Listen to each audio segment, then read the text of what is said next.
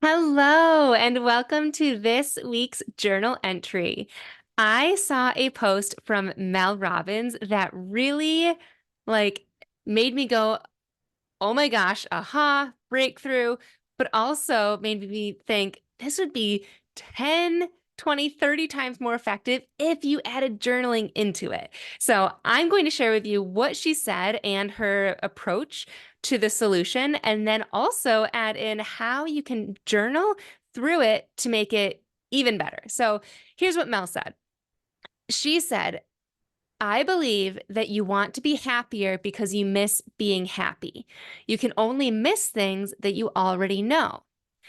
And so that was her claim, is that you can only want to feel a certain way if you've experienced that feeling before.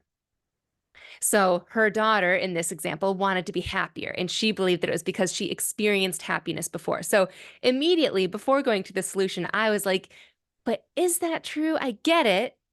And that's quite eye-opening to think of it in that way. But what about other feelings? And for some reason, when I was journaling about this, the feeling that I thought of was fulfillment. Like people go their whole lives wanting to feel fulfilled, yet they never feel it. And I was like, but have they felt it before? Do they want to feel fulfilled because they at one point knew what it felt like? Or they're just told to believe that. And I thought if I'm going along with Mal's, statement, maybe they did feel fulfilled, but it was like as a kid when they were in sports or they had somebody in their life that would give them tons of positive affirmations at one point. And so they were like pumped up, full of like confidence and fulfillment at one point. And so now they're seeking that. So I can get on board with this. I'm still like, throw another emotion at me. Let me see if I can get there. I don't know if this is true for all emotions, but let's jump to the solution. So Mel said that if you want to feel a certain way, it's ideal to have your own breakthroughs, which I am so on board for. That is what journaling is. When I work with my journaling clients, well, whether it be a private client or in my emotionally empowered group or my workshops, I never give the solutions. I prompt you through your own experiences and ideas and beliefs to come up with your own answers and your own breakthroughs. And so the way that Mel had her daughter come up with her own breakthrough was during a time when her daughter was going through depression and grief by drinking a lot. And so she had her daughter take out a piece of paper, draw a line down the middle of it, and on the left, think of a time that you felt happier than you do right now. And what was your day to day like? What were you specifically doing at that time? And then on the right hand side of the paper, write down the things that you're doing now. What did a typical day look like for you right now? And then it's obvious where to make choices. So in her example, on the left-hand side of the time that she was reflecting on where she did feel happy, she left the house at 7 a.m. every day. She was at school with friends. She had lacrosse practice and she exercised daily. Her habits right now were sleeping in until noon, drinking every day, not leaving the house, and also not exercising. So when you look at this sheet, it's just such a stark contrast of what to do, right? And so Mal's solution was you used to exercise every day and now you're not, start exercising. You used to go to lacrosse practice, now you never leave the house, start leaving your house. You might not need to join a lacrosse team, but just start leaving the house, do something. I was thinking, okay, so with my fulfillment example, what might that look like? So, fulfillment, if you think back to a time when you were fulfilled, I was thinking that person might have just been having more fun in their life. Maybe they challenged themselves with a project at work or at school and they played sports. But now I pictured somebody who wasn't feeling very fulfilled and also thinking during a time when I wasn't feeling very fulfilled, takes life way too seriously instead of challenging myself just on the daily grind on autopilot, right? Just going through the motions and also no hobbies. Instead of playing sports, there's just nothing. Work, come home, eat, TV, bed, repeat. Then obviously do the opposite. So instead of taking everything so seriously, have some more fun in your life. Instead of being on autopilot, switch things up and try and challenge yourself in some way. If you don't have hobbies, pick up a hobby of some kind. But here's my thing. So I'm on board with all of that. But here's the thing that can make it so much more effective. Just saying, like, oh, yeah, I noticed the difference. Let me start doing the thing. It won't permanently fix it. And I think it'll be super easy to start resenting that behavior, the good behavior, right? I feel like I would be like, why am I eating healthy right now? Eating the cookies made me feel so much better. Why am I running right now? This hurts, so that my lungs hurt. I do not enjoy this. You might start resenting it. You might judge why you did it in the first place. Like, why did I ever play lacrosse? I wasn't even ever good at it. Or why did I leave at 7 a.m.? That's not necessary, right? You start questioning those good, healthier behaviors that you want.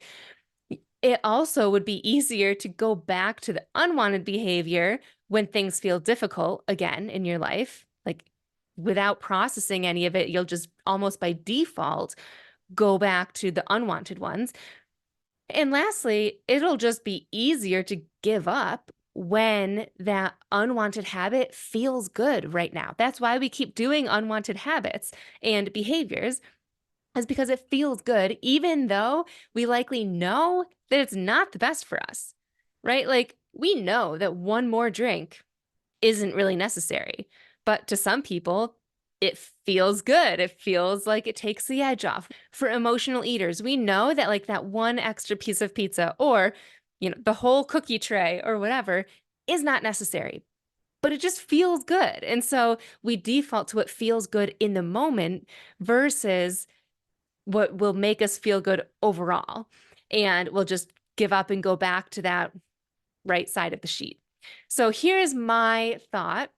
In addition to everything that Mel said, we just have to process where we are now and understand how we got here and journal through how it makes you feel and the ripple effect of it. And doing this will help us want to do the quote unquote healthier behavior, not just do it because we feel like we have to, because we used to, and that's what the sheet says, but we want to do it because we are intrinsically motivated to feel that way again. So here's an example.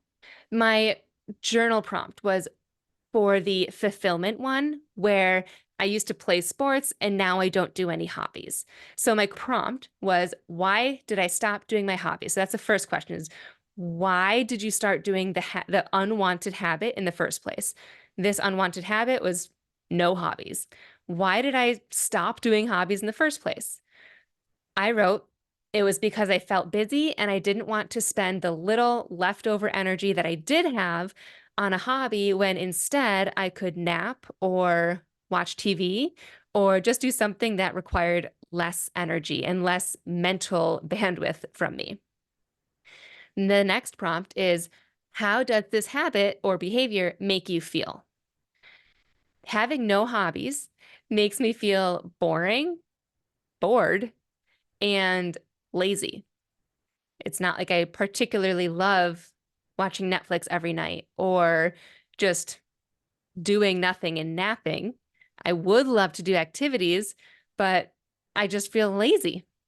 And then if I play out the ripple effect of it, of having no hobbies, the ripple effect, I believe, would be just being on autopilot if I'm not already, losing friends because I likely would decline invites anytime that they do come my way so that people would stop inviting me to do things.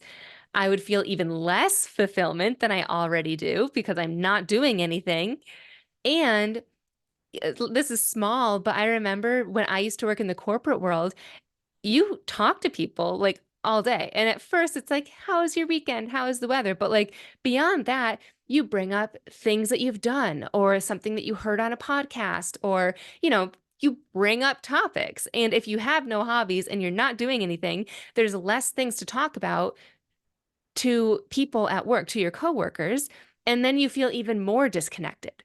This ripple effect makes me want to pick up a hobby. It makes me want to join a pickup sports team or start running again. Or one of my hobbies that I wanted to start that I never got too far on, I think I lasted a week, was learning sign language, just doing that for a little bit of time each day.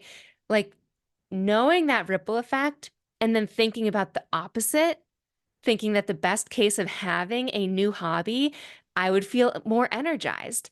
I would have something to talk about in the office. I would not be on autopilot because I would be doing something fresh. I would maybe even get new friends or more friends or have just better relationships with my current friends because of this, right? So, after the ripple effect, what is the ripple effect of doing the wanted behavior? And that is what will get you to actually desire doing that thing.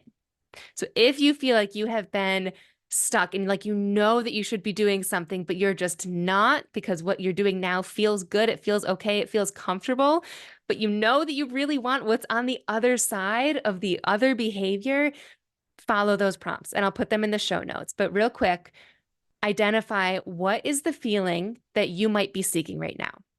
Do you want to feel more fulfilled? Do you want to feel happier? Do you want to feel at peace? What is that feeling? Pinpoint that first. And then ask yourself the questions. First of all, do that. The homework of the left side of the paper is when was a time that you did feel that way and what was your day-to-day life like? And then what is your day-to-day life like now on the right side of the paper?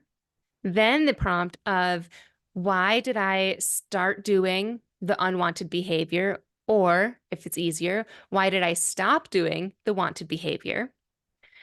How does doing that unwanted behavior make you feel? And what is the ripple effect of that unwanted behavior? And then what is the best case of doing the wanted behavior, the desired behavior? What could your life look like and feel like once you adopt that behavior? This is such a simple, can be very quick exercise that you can do in so many different ways, shapes, and forms in your life. So I hope that you give it a try. I would love to hear what emotion you try to work through these prompts with. And I would love to hear what your actionable items and behaviors and habits are going to be.